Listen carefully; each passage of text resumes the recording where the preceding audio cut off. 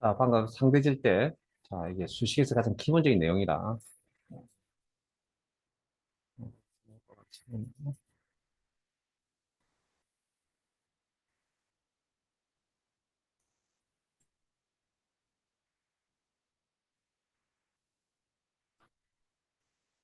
부담 모르시는 분 없죠? 음? 그래서. 그냥 제 화면 보고 계시고요. 자, 하라고 할 때 같이 합시다. 2는 2, 뭐, 엔터. 그다음 이꼴. 2는 2, 모르시는 분 없을 겁니다. 그래서 이꼴. 2는 3. 자, 작성하다 보니까 셀 곱하기 셀이라는 수식의 형태가 계속 나와야 되는 꼴이네요. 그래서 제가 열심히 고생을 해서 72개의 셀을 다 작성을 했습니다. 이렇게. 89, 72, 72개를 다 작성했습니다. 하나하나씩. 지울게요. 작성하기 너무 힘드네요. 또 한 번 또 하랍니다. 자, 그러면 이번에는 수식의 형태가 반복적으로 나타나니까 내가 고생을 좀 덜하기 위해서 무슨 기능? 자동 치우기라는 기능을 도입해 쓰려고 합니다. 네? 그러면 자, 이꼴 상대 참조 곱하기 상대 참조 곱하기 상대 참조 엔터 2는 2 그리고 자동 치우기 한 번. 자, 작성하고 따라오세요 이제. 요건 그리고 자동 치우기 아래쪽으로 한번. 결과에 신경 쓰지 마세요. 자, 일단 범위 설정을 하시면 셀 테두리가 이렇게 초록색 테두리가 셀 포인트라고 합니다. 이 포인트가 가장 크게 이렇게 크게 형성이 되고 우측 하단에 빨간색 사각점이 보이시죠? 자, 여기에 포인트 맞춥니다. 흰색 십자가. 그러면 여기 채우기 앤들이 나올 겁니다. 자, 내용 하나 추가합니다. 자동 채우기에. 범위를 이용해서 자동 채우기도 가능하다. 범위를 이용하여 자동 채우기도 가능하다.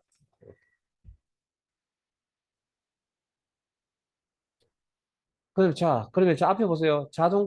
이 구조는 자동 채우기 몇 번 써야 될 구조냐면, 자, 보세요. 이런 형태의 수식을 다 채우려면, 셀 곱하기 셀이라는 형태의 수식을 다 채우려면, 자동 채우기 몇 번 써야 된다고요? 자, 셀 곱하기 셀. 앞에 보세요. 셀 곱하기 셀. 그냥 제거 보세요. 점점점점점점점점점점점점. 셀 곱하기 셀. 즉, 이런 형태, 수식이 같다는 이야기 아닙니다. 셀 주소가 다르기 때문에 수식은 같다고 이야기할 수가 없고요. 수식의 형태가 같게 나오려면 자동식이 몇 번 써야 된다고요? 두 번. 자, 위에 건 몇 번? 한 번. 됐습니까? 그러면 자동식이 몇 번 쓰는지는 구조적으로 파악이 가능하죠, 이건 충분히.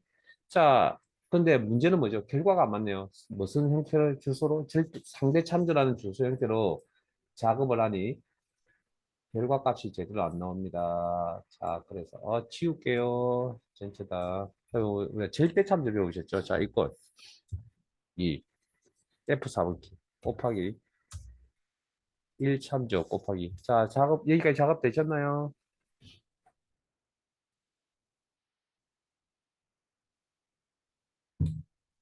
그리고 엔터. 어, 자동 채우기. 자동 채우기 상하좌우 다 움직인다죠. 그럼 이번에 오른쪽으로 들어갈게요. 그러면 이런 결과가 나올 거라고 예상하셨어요? 요 주소의 형태는 자동 채우기를 어디다 가져다 같은 거네. 똑같은 위치를 참조한다고 그랬잖아요. 그러면 요거하고 1과 2를 참조하겠죠. 그러면 결과가 이렇게밖에 나오지 않겠죠? 자, 그 다음. 범위를 이용하여 자동 채우기도 가능하다면서요. 자동 채우기. 아래쪽으로. 그럼 요런 결과가 나올 거라고 예상하셨죠? 왜? 이 녀석은 자동 채우기, 이 주소 형태를 자동 채우기 어디다 갖다 놓든 간에 똑같은 위치의 주소를 참조한다고요. 그럼 결과가 이렇게 나오겠죠. 자, 그러면 자, 이것도 보세요. 자동키 몇 번, 두 번 썼죠? 한 번, 두 번. 그래서 주소 형태를 잠깐 확인해 보면, 그냥 제 화면 보세요, 이건. 이렇게 셀 곱하기 셀, 셀 곱하기 셀. 그래서 점점점점점점점 72번째 셀에 가서, 뭐셀 곱하기 셀. 그러면 자동식이 두 번 써야만 이런 형태의 수식을 완성시킬 수 있다. 됐습니까? 시험에 한 번 아니고 두 번밖에 안 나옵니다. 뭐 그거밖에 없고요, 사실은. 평면이니까. 자, 그런데 문제는 결과가 안 맞네요. 지웁시다. 자, 그러면 이제 이걸 어떻게 처리할 것이냐. 저희들에게 남은 건 혼합 참조라는 게 남아있군요. 자, 이꼴. 이 참조. 자, 이게 어떻게 이제 판단을 하냐면 이렇게 합니다. 전체 수식을 이렇게 봅니다. 그러니까 요 곱하기 앞쪽만 있는 이 주소, 셀 주소를. 요거니까. 그러면 쭉 보면 뭔가 규칙이 보이세요? 예? 무슨 규칙이 보이세요? 72개의 셀에 무슨 특징 찾으셔야죠. 그 여러분들 해야 될 일입니다. 11이 모두 다 표시되는 거 뭐 있어요? 그러면 자동식을 두 번 쓸 거라고 판단 내렸잖아요, 지금. 그러면 두 번 사용한 동안 11은 변해야 됩니까? 고정입니까? 변화가 없어야 됩니까? 변화가 없어야죠. 11이 항상 똑같이 나온다는 거. 그러면 뭐? 달러를 갖다 붙여야죠. 11에. F4분기로 곱하기 1. 자, 이거 머릿속으로 상상하는 겁니다. 예? 머릿속으로, 지금 여러분들 정도 수준이면 이거 하나하나씩 적을 필요 없고, 이걸 머릿속으로 상상하시라고요. G12, G13, G14, G22, 점점점, G, 요렇게. 그러면, 요것도 무슨 규칙이 보이세요? 곱하기 연산자 뒤에 있는 거? 뒤에 있는 셀 주소. 규칙 보이세요? 특징 보이세요? 아, 72개의 셀에 G가 모두 다 표시되어 있구나. 자동 치우기를 두 번 사용한 동안에 G는 변화가 있으면 안 된다. 고정이어야 한다. 그래서 뭐가 필요하다고요? 달러라는 기호를 도입했었거든. 왜? 자동 치우기에서. 그럼 왜 다 나머지 고민 안 하냐고요? 변하잖아요. 변하는 데다가 달러를 붙일 필요는 없죠. 끝. 이렇게 범위 이용해서 작업. 그러면 구단 작성 끝. 그러니까 이렇게 생각을 하시는 게 그냥 방향을 두 가지 방향을 동시에 다 고민한 거고요. 자, 그다음 여러분 뭐 좀 알고 계시는 분들이니까. 자, 앞에 보세요.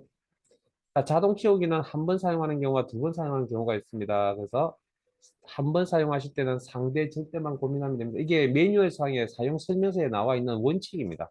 원칙대로 갈 겁니다. 두 번 사용하실 때 상대 절대 혼합을 고민하시면 됩니다. 자, 사실은 여기 보세요.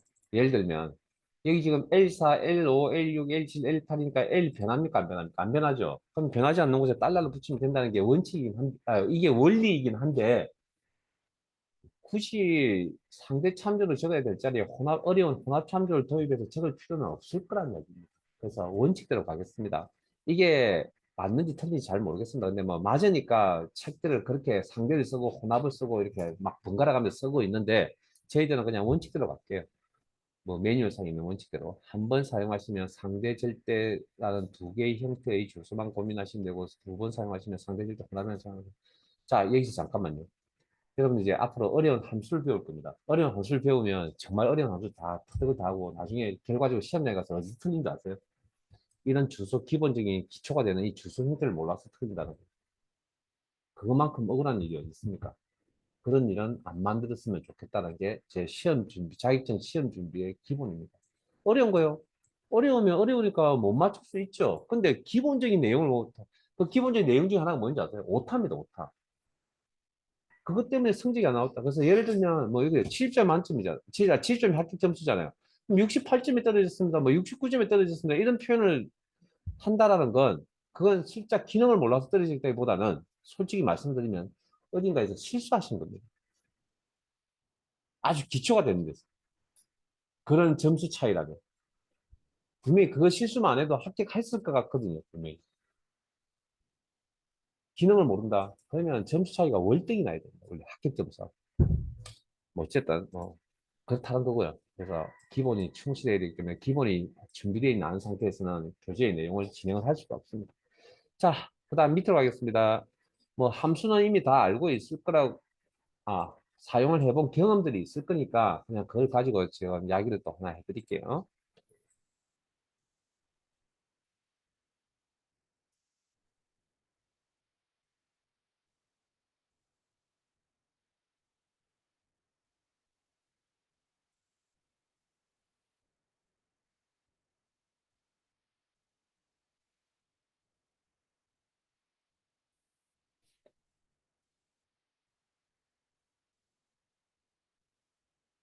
자, 10부터 50까지 더하려고 합니다. 그러면 더하기 연산자를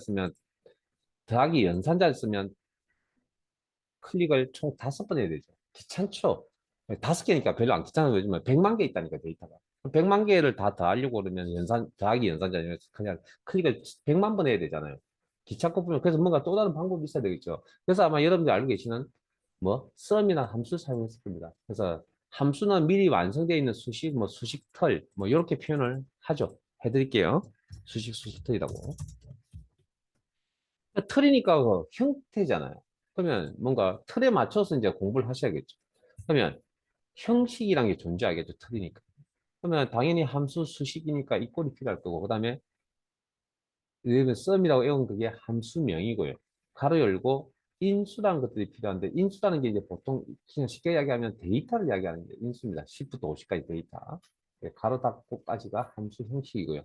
그래서 자, 이걸 함수명은 엑셀 2016 버전에 제공해주는 함수명은 총 300개가 넘습니다. 그 중에 아까 출제 기준 안에 보시면 엑- 엑셀 시험에 나오는 함수의 개수가 한 필기 필기 다 합쳐서 150개가 넘을 겁니다, 아마.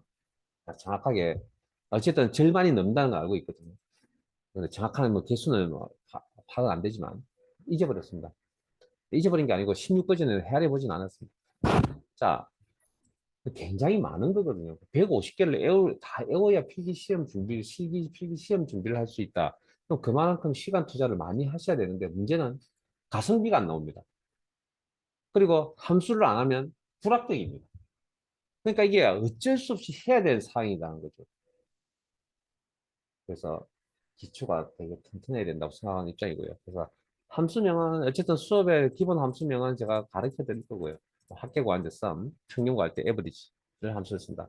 그리고 함수 작성하는 법은 뭐다 알고 계시겠지만 뭐 마법사를 통해서 함수 마법사를 통해서 함수 수식을 작성을 합니다.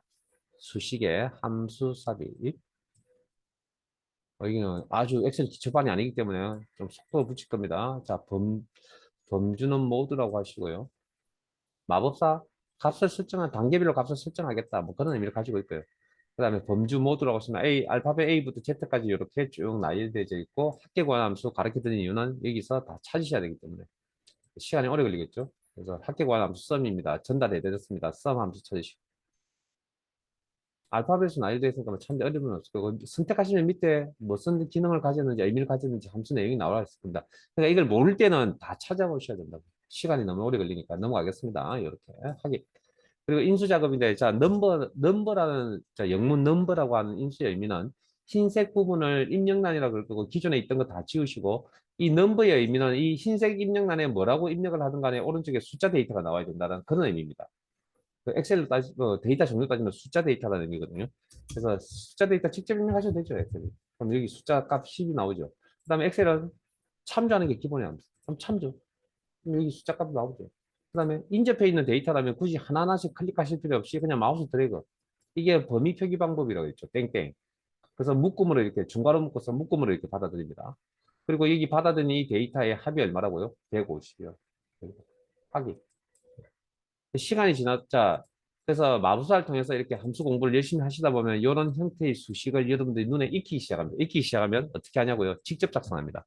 이걸 평균과 10부터 50까지 평균과 할 겁니다. 이꼴 함수니까. 그 다음에 함수명 입력.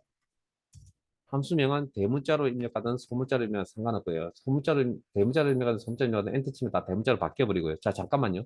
그 다음에 자, 지울게요, 저는. 함수의 일부분을 입력을 하면 이렇게 함수 목록이 이렇게 나타납니다. 클릭하면 이 함수의 역할이 뭔지 이렇게 설명이 또 달려져 있습니다. 필요한 함수명이라면 더블 클릭해서 사용하시면 되고요. 대문자. 근데 우리는 이런 방법으로 사용하지 마시고 시간이 좀 걸리더라도 직접 타이핑 쳐서 진행을 합시다. 에버리지.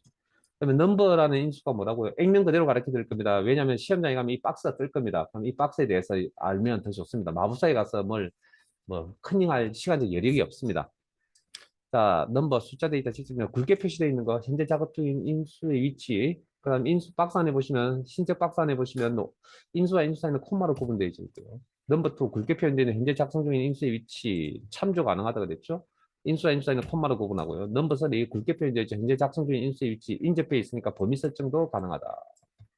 그리고 함수 형식의 마무리 가로 닫고 네. 자, 대가로 넘버 2, 넘버 3, 넘버 4에 보면 대가로가 이렇게 앞뒤로 들어가 있는 거 보이세요? 저건 어떤 의미냐면 경우에 따라서 생략 가능. 더 이상 인수 작성을 하지 않겠다. 가로 닫고 함수 형식의 마무리 가로 닫고 셀 전체의 작업이 끝났네요. 엔터. 그래서 직접 작자 우리가 뭐 자주 경험하지 못하는 조금 생소한 듯한 느낌이 드는 것들은 마법사에 가서 인수 공부를 좀 해드릴 거고요. 인수 공부가 끝났다고 판단이 되면 그 다음부터는 무조건 직접 작성해서 시험 준비를 하는 걸로 하겠습니다. 왜냐하면 직접 작성하는 게 훨씬 더 직관적이고 이해하기 수월합니다. 마법사를 쓰시면 되게 힘듭니다. 더욱더. 그리고 저는 지금 마법사 쓰는 게 더 불편한 입장입니다. 자, 썸 함수 한 번 더 작업할게요. 자, 앞에 봅니다. 합계 계산하겠습니다. 필요한 함수는 썸입니다. 이꼴 썸까지는 뭐 바로 열고까지는 문제 없을 거고. 그다음에 방금 10이란 데이터 직접 입력 가능합니다. 콤마 인수인수하기. 그다음에 셀 주소 참조 가능합니다. 콤마 인접해 있는 데이터라면 범위 설정 가능합니다. 콤마 가로 닫지 마시고 이거 가로 닫는 거 앞에서 했잖아요. 그럼 이건 가능할까요? 10 더하기 20 더하기 30. 이 형태는 썸 함수 인수로서 가능할까요? 넘버 4. 뭐 가로 닫고 엔터 한번 쳐봅시다. 이런 식으로. 결과값 나오네요. 그러면 이런 형태도 인수로서 작업이 가능하네요. 결과값 나오니까. 자, 수정 상태에 가서 가로 지우시고 콤마. 그럼 이것도 가능할까요? 에버리지. 가로 열고 10, 20, 30 가로 닫고. 이것도 가능할까요? 자, 이런 질문을 한다면 일단 뭐 무시하고요. 제 이야기예요. 일단 가로 닫고 엔터 치고 가서 쳐서 결과값이 나오면 그럼 된다는 거죠, 뭐. 안 되면 에러 뜰 거니까. 안 된다고. 나오네요. 그러면 요런 형태, 요런 형태도 인수로서 가능하다는 얘기네요. 자, 그러면 제가 원리를 설명드릴게요, 지금부터. 썸 함수에 자, 앞에 다들 보세요. 그게 중요한 게 아니고 이런 경험은 최소 이런 경험 정도는 가지고 있을 거니까 한두 번 정도는. 자, 이 원리에 대해서 잠깐 설명을 드릴게요. 자, 꼭 알아야 됩니다. sum 함수 입장에서 넘버 1, 넘버 2, 넘버 3, 넘버 4, 넘버 5, 즉 숫자 데이터가 필요하다는 겁니다. 인수로서. 그러면 10원 데이터 종류가 뭐죠? 숫자 데이터. 자, sum 입장에서 H24를 보고 계산할 수 있어요, 없어요? 이거 자체로는 계산할 수 없죠. 이 형태 자체로는 계산할 수 없잖아요. 그러니까 이걸 뭘로 해석합니까? 셀 주소로 해석하겠죠, 엑셀 입장에서. 그러면 셀 주소 H24에 가니까 무슨 값이 있습니까? 20이라는 값이 있네요. 데이터 종류가 뭐죠? 숫자. I24, 땡땡 K24. 이 형태 자체로는 썸 함수에 작업을 할 수가 없죠. 왜? 숫자가 아니니까. 근데 이걸 엑셀이 뭘로 해석합니까? 셀 범위로 해석하겠죠. 그러면 셀 범위에 해석하니까 30, 40, 50이라는 데이터가 있네요. 이건 데이터 종류가 뭐죠? 숫자. 그럼 10 더하기 20 더하기 30이라는 이 형태를 가지고는 계산을 못 합니다. 이게 계산을 한 번 계산 과정을 한 번만 거친다면 이 식이 뭐가 나오죠? 60이 있겠죠. 이 형태가 사라지고 이 자리에 60이 있다고요. 이 셀 주소가 사라지고 이 자리에 20이 있고 30, 40, 50이 있다는 겁니다. 그다음 그럼 60은 데이터 종류 뭡니까? 숫자죠. 그럼 에버리지 10, 23, 20, 30 이 형태를 가지고는 썸이 계산을 못 할 거라고요. 근데 이게 계산 과정을 한번 거치고 나면 에버리지가 사라지고 이 자리에 얼마가 표시가 돼 있겠습니까? 20이 표시가 돼 있겠죠. 그러면 데이터 종류 뭐 숫자죠. 그러면 무슨 이야기냐면 썸 함수의 인수 자리에 데이터의 종류, 숫자 데이터가 필요합니다라고 요구하고 있잖아요. 넘버 1, 넘버 2, 넘버 3, 넘버 4. 근데 거기에 그 어떤 데이터의 종류가 동일하다면 그 어떤 형태로 작성하셔도 상관이 없다는 거예요. 이걸 중첩이라고 그러고요. 그 다음 인수 자리에 이렇게 썸 함수 인수 자리에 함수가 이렇게 들어가 있는 이 전체의 꼴을 보고 우리는 뭘 한다고요? 중첩 함수, 결합. 그래서 시험은 다 중첩 함수가 나옵니다. 그래서 이게 결합하는 원리입니다, 이게. 그러면 뭘 알아야 됩니까? 데이터 종류를 알아야 되죠. 그래서 제가 계속 시작부터 지금까지 계속 데이터 종류, 아마 수업 끝날 때까지 계속 물어볼 거라고요. 이것만 잘 되면 그냥 결합하는 건 되게 쉬운 겁니다. 어려운 게 아니고요. 그러니까 여러분이 식을 외워가지고는 시험장에 못 갑니다. 자, 방금 150개나 되는 함수가 있다 그랬잖아요. 그럼 그 중에 함수가 2개가 조합이 되는 경우도 있고 3개가 4개가 심할 경우에 5개가 조합이 되는 경우도 있었거든요. 그러면 그렇게 산술적으로 조합을 시킨다고 했을 때 물론 안 되는 조합도 있습니다. 했을 때 그 가지수가 몇 가지가 나옵니까? 그걸 어떻게 다 외울 겁니까? 150가지. 2가지가 결합되는 경우, 3가지가 결합되는, 4가지가 결합되는 경우. 그걸 어떻게 다 외워서 시험장에 가요? 우리는 뭘 준비해야 되니까 원리를 알고 가야 돼요. 함수의 조합은 저도 어떻게 해줄 수 있는 방법이 없습니다. 시험 해수차마다 같은 것도 있습니다. 되게 어려운 문제. 그런데 딱 보면 비슷하면서 다릅니다. 그래서 외워서 시험장에 간다. 그런 생각 들으세요. 절대 외워서 갈 수 없죠. 그럴 바에는 차라리 원리를 습득하세요. 이게 원리입니다. 원리. 그러면 이게 결합하는 원리죠. 그러면 이런 볼펜 같은 것들을 결합을 하려면 각각의 부품에 대한 특성을 잘 알아야 될 거 아니에요. 그래서 우리가 지금 해야 될 일은 뭐냐면 가능하면 오늘 다 마무리를 좀 하려고 하는데 기본 함수 공부를 잘 하셔야 돼요. 그것만 잘 지어져 있으면 함수 결합하는 건 몇 번 연습만 해보시면 돼요. 기본 함수, 미친이 없으면 결합시키는 게 힘들고요. 설계도, 결합하는 원리, 설계도는 이 결합, 중첩이라는 저게 설계도입니다. 자, 그래서 지금부터 개별 함수 공부를 이제 할 겁니다. 자, 날짜 및 시간. 자, 죄송한데 속도가 좀 빠를 겁니다. 왜냐면 여러분들은 엑셀이 처음이 아니신 분들이라고 판단을 내리고 수업을 진행을 할 겁니다. 시트 옮겨가시고요. 제가 판단 미스할 수도 있습니다. 그런 분들은 남들보다 공부를 좀 더 하셔야 됩니다. 많이 하셔야 됩니다. 자, 교재 87페이지.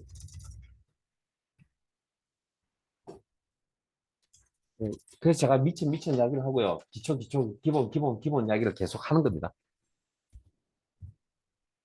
왜냐고요? 이게 제대로 안 돼 있으면 답이 없습니다. 자, 함수 중에 현재 날짜, 오늘 날짜를 표시해주는 함수가 있습니다. 근데 요즘 시험 문제에 과거에는 이렇게 많이 표현을 했는데, 뭐 지금도 이렇게 안 하는 건 아니지만 간혹 이렇게 표현합니다.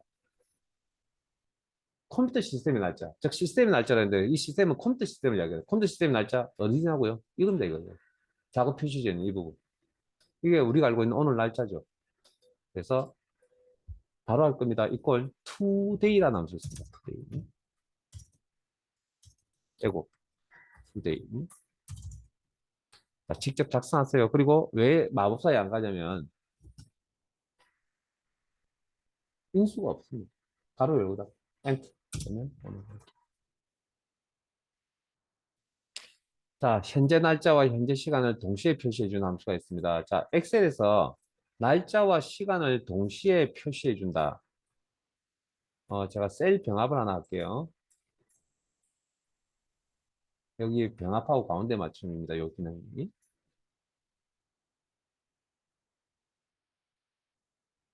자, 엑셀에서 날짜와 시간을 아까 따로따로 입력하는데 동시에 같이 입력할 수도 있습니다.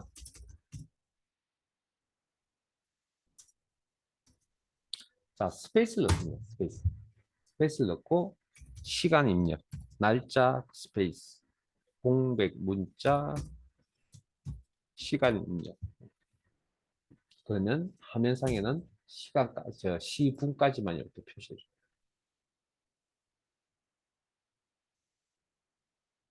자, 이런 현재 날짜와 현재 시간을 같이 표시해 주는 함수가 있습니다. 이걸 now라고 합니다. 바로 이러고 오늘 자, 이런 결과 날짜와 시간이 동시에 표시돼서 나오죠. 실제 입력도 가능하고요. 오늘 돌아가시면 깨끗한 파일 가지고 이 연습을 한 번 더 하고 다음 주 수업에 참여를 해 주시기 바랍니다. 자, 그 다음 날짜 데이터에서 연도를 표시하겠다. 이어라는 함수 씁니다. 이어. 자, 빈셀 선택하시고 수식에 함수 삽입. 마법사에 갈게요. 이어라는 함수 쳐주시고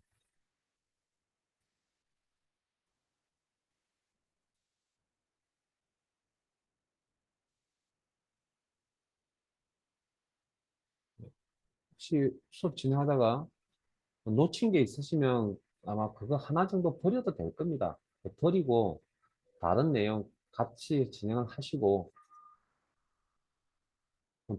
그 버린 내용을 체크해 두셨다가 나중에 따로 저한테 다시 또 설명을 해달라고 요구하시면 제가 설명하겠습니다. 자, 이어. 자, 여기 시리얼 넘버라고 나오는데 시리얼 넘버는 곧 설명드릴 기회가 있을 거니까 그때 넘어가도록 하고 일단 제가 근본적으로 뭐라고 설명드리냐면 날짜 데이터라고 했죠. 날짜에서. 그러면 날짜 데이터 입력하실 줄 아시잖아요. 근데 결과는 연도가 표시된다는, 연도가 안 맞는데요. 그래서 자, 규칙 하나 전달하겠습니다. 함수의 인수 작업 시 날짜 데이터 직접 입력 쌍따옴표 묶어야 된다라는 규칙. 규칙이면 규칙. 그렇게 하면 이렇게 입력을 하면 날짜 데이터로 받아들이겠다. 그리고 날짜를 받아들이니까 여기 결과값이 연도가 표시가 되어진다. 뭐 규칙. 사용법이니까. 자, 그러면 날짜 대해서 월을 표시하는 함수도 있겠죠. 그러면 이꼴 월 표시해 주세요. months라고 하는 함수입니다. months 월. 뭐 대충 보시면 느낌상 보시면 아시겠지만 우리 일상생활에 쓰는 영어 단어와 비슷하게 맞춰져 있죠. 물론 아닌 경우도 있습니다. 자, 가로 열고. 자, 이 녀석은 날짜 데이터가 필요한 거거든요. 그러면 위로 올라가면 날짜 데이터가 있는 셀이 여기 있네요. 엑셀 참조하는 거다 했잖아요. 그래서 이 녀석은 시간에 관심 없어. 날짜에만 관심이 있어. 그래서 여기를 클릭하셔도 되고요. 왜? 시간 관심 없으니까. 그다음 여기를 클릭하셔도 되고. 가로 닫고 엔터. 자, 그 전에 잠깐만 제 화면 봅니다.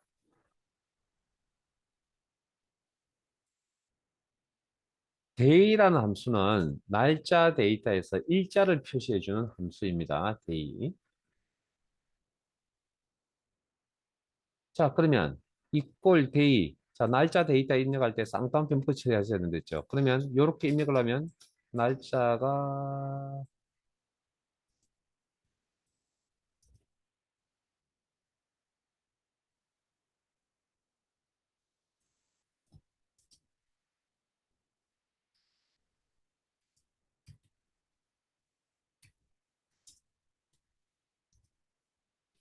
자, 날짜를 이렇게 저 쌍따옴 묶어 있는 날짜 데이터를 인식을 하고 이 녀석의 역할이 뭐라고 일자를 표시했는데 제가 요걸 표시해 주겠죠. 결과값으로. 이해되세요?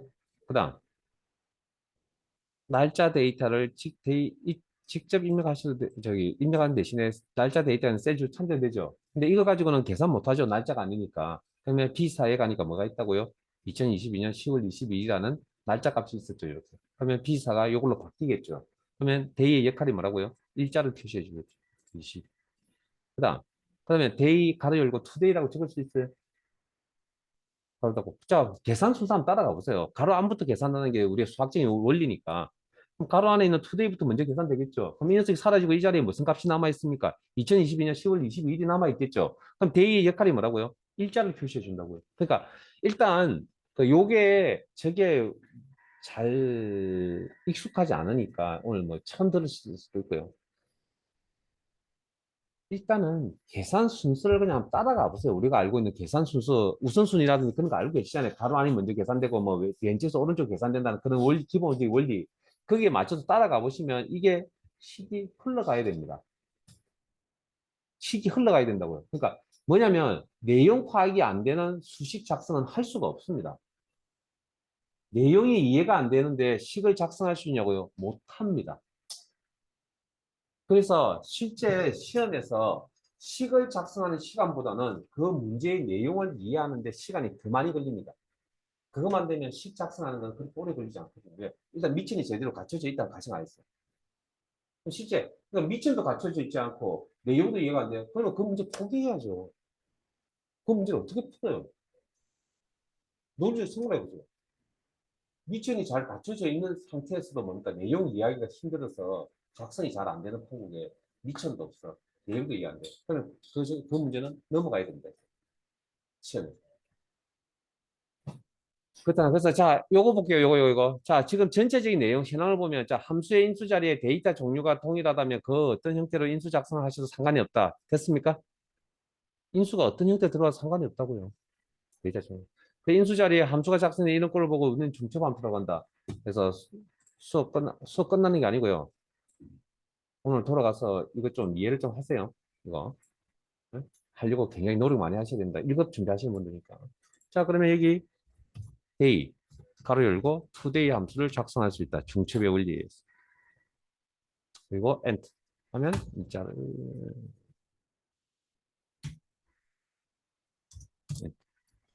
왜 이래요?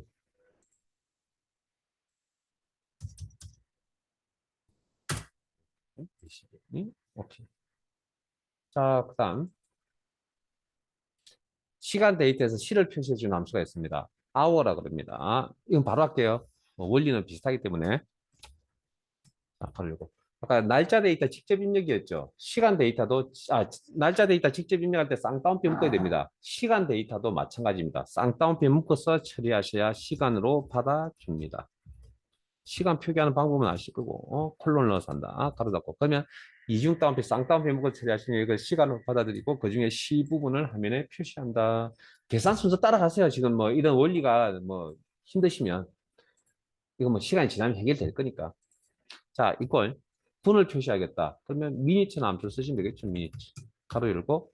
자, our minute 곧 하게 될 세컨드 초를 표시해주는 함수입니다. 이런 녀석들은 어떤 특징을 가지고 있냐면 날짜 데이터에는 오로지 관심이 없습니다. 시간에만 관심을 가지고. 그러니까 즉 무슨 이야기냐면 B7세를 참조하면 시간은 무시하고 죄송합니다. 날짜는 무시하고 시간 데이터에만 관심을 가진다. 그렇게 해서 시간을 뽑아서 그 시간 데이터에서 분에 해당되는 값을 화면에 표시해 줄 거예요. 그다음에 그러면 자 이건 가능할까요? 그러면 이걸 초를 표시해 주세요. 세컨드라는 함수를 쓰고요. 가로 열고 자 이 자리에 나오라고 적어도 됩니까 안 됩니까? 응? 직관적으로 눈에 보이지 않으시면 계산 순서 따라가 보세요. 자 가로 안에 나오 계산되겠죠. 날짜와 시간이 나오겠죠. 응? 그러면 세컨드는 무슨 의미? 날짜에 관심 없다 그랬죠. 그럼 시간 데이터만 남아 있을 겁니다. 시간에서 뭐 초만 표시해 주겠죠.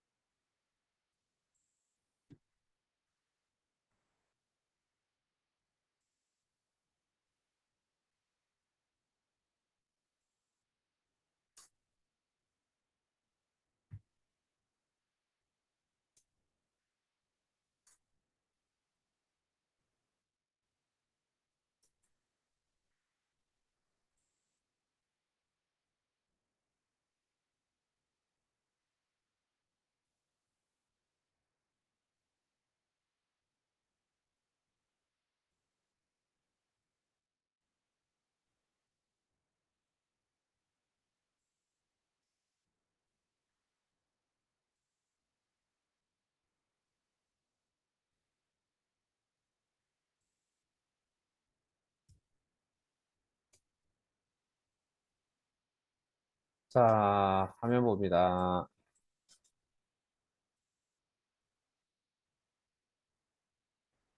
자, 회사에서 출근하면 출근 시간을 관리해야 될까요? 그래서 출근 날짜하고 출근 시간을 이렇게 관리하는데 엑셀로 관리한다면 한 개의 셀에 이렇게 관리할 수도 있고요. 날짜와 시간 동시에 표시할 수 있다고 그랬죠? 그다음에 회사에 따라서 날짜 따로 자, 우리 뭐 보통 태그 방식 많이 쓰잖아요. 사원증 가지고. 그래서 출근 시간 이렇게 시간과 날짜를 따로 관리할 수도 있고요. 각각 있어요. 아니면 어떤 회사는 아예 이 전체를 다 분류해서 관리할 수도 있습니다. 연 따로, 월 따로, 일 따로, 시 따로, 분 따로, 초 따로. 그러면 자, 요렇게 관리하는 입장에서는 요 자료가 엑셀의 날짜 형태가 아니잖아요. 이 자료가 엑셀의 시간 형태가 아니죠. 네? 그러면 이런 걸 날짜, 이런 데이터 각각 분해되어 있는 이거 숫자 데이터의 의미거든요. 그럼 이걸 날짜의 형태나 시간의 형태로 이렇게 바꿔야 엑셀 작업이 가능하다. 라고 했을 때 저걸 날짜로 바꾸고 시간으로 바꿔야 되는 내용이 필요하다는 거죠. 그래서 연월일 의미를 가진 숫자 데이터를 날짜 데이터로 변환시키는 함수 데이터라 그럽니다. 빈셀 선택하시고 수식의 함수 삽입.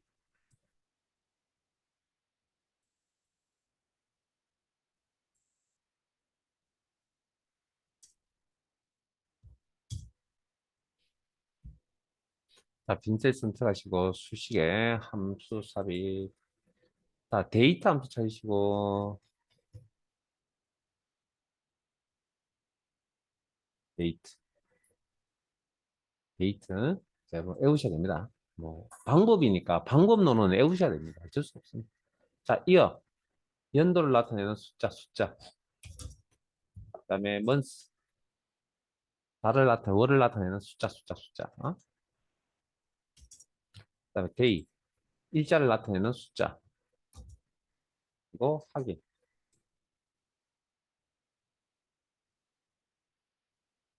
그러면 이런 이제 시분초로 분해되어져 있는 이 자료를 시간의 엑셀이 이해할 수 있는 이런 시간의 형태로 바꿔야 엑셀이 이해를 하니까 이렇게 이런 분해된 자료를 이렇게 시간의 형태로 나타내려고 한다면 무슨 함수가 필요하냐고요? 시분초 의미를 가진 데이 숫자를 시간 데이터로 변환시켜 주세요. 타임이라는 함수 있습니다. 이걸 바로 할게요. 원리는 앞에서 데이터가 같습니다. 가로 열고. 자, hour, 시를 나타내는 숫자. 콤마, 인수는. 자, 분을 나타내는 숫자. 콤마, 초를 나타내는 숫자. 가로 닫고. 엔터 치면 우리가 생각하는 시간은 시 땡땡 분 땡땡 초로 나타난다는 게 기본 생각이죠. 엔터 치니까 그렇게 안 나타나고 이렇게 나타나네요. 이건 그럼 어떻게 돼 있는 겁니까? 두 자리로 나타나니까 시 땡땡 분 이렇게 나와 있는 거고. 자, 원래 24시간제인데 PM이 나왔다는 건 12시간제로 처리했다는 얘기죠. 그러면 이건 뭐냐면 원래 기본적으로 나와야 될 12시 땡땡 24분 땡땡 48의 형태로 나오지 않고 다른 형태로 표현이 되었다. 무슨 기능? 표시 형식 기능. 자, 셀스식 대화 상자에 들어가 볼게요. 컨트롤 1. 그러면 어떻게 조합이 되어 있냐고요? 표시 형식의 사용자 지정에 h 땡땡 mm am 슬래시 pm 이 코드 이해되시죠? 오늘 배우셨잖아요. 그러니까 자, 우리가 그래서 근본을 알아야 되고요. 근본에서 뭐가 바뀌었으면 왜 그렇게 되었을까? 물음표를 던져서 그 기능이 뭔지 찾는 연습도 하셔야 되고, 뭐 그렇다는 겁니다. 그런데 빨리 익숙해져야 우리가 어려운 문제, 쉬운 문제는 조금만 공부해도 다 이해가 할 수 있습니다. 근데 어려운 문제를 지금 풀려고 우리 지금 대비한다고 생각하세요. 미천이 정말 두둑해야 되거든요.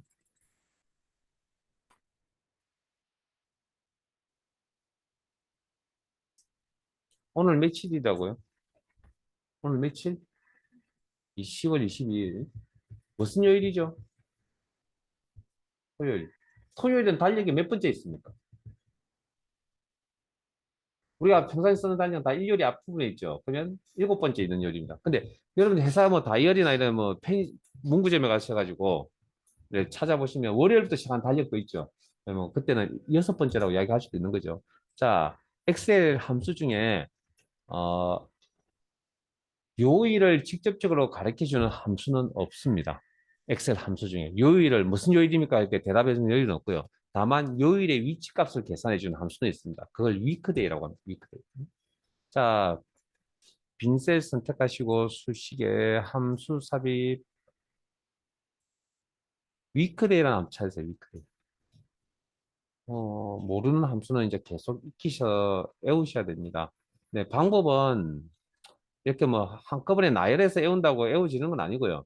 아마 문제를 좀 기출 문제 등을 좀 푸시다 보면 문제 실습을 좀 하시다 보면 이제 자연스럽게 익혀질 겁니다.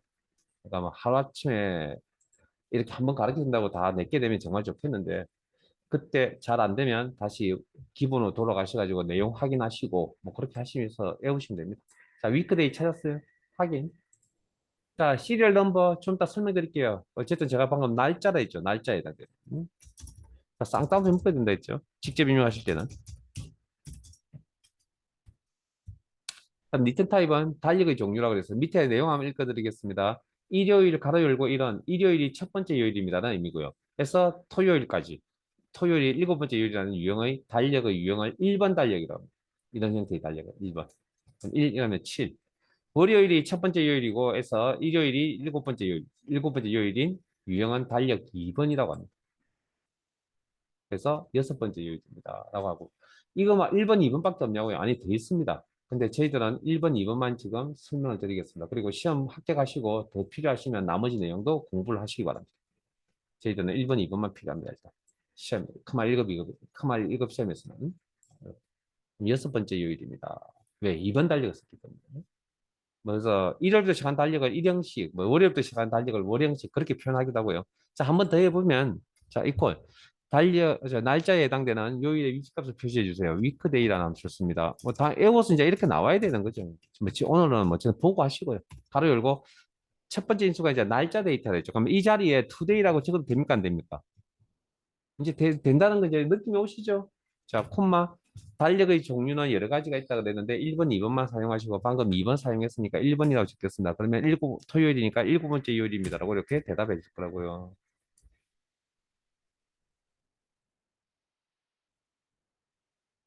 아, 이거 수정 안 했구나.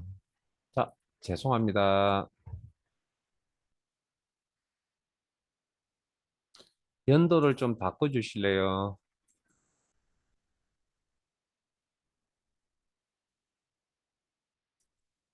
연도 좀 바꿔주세요.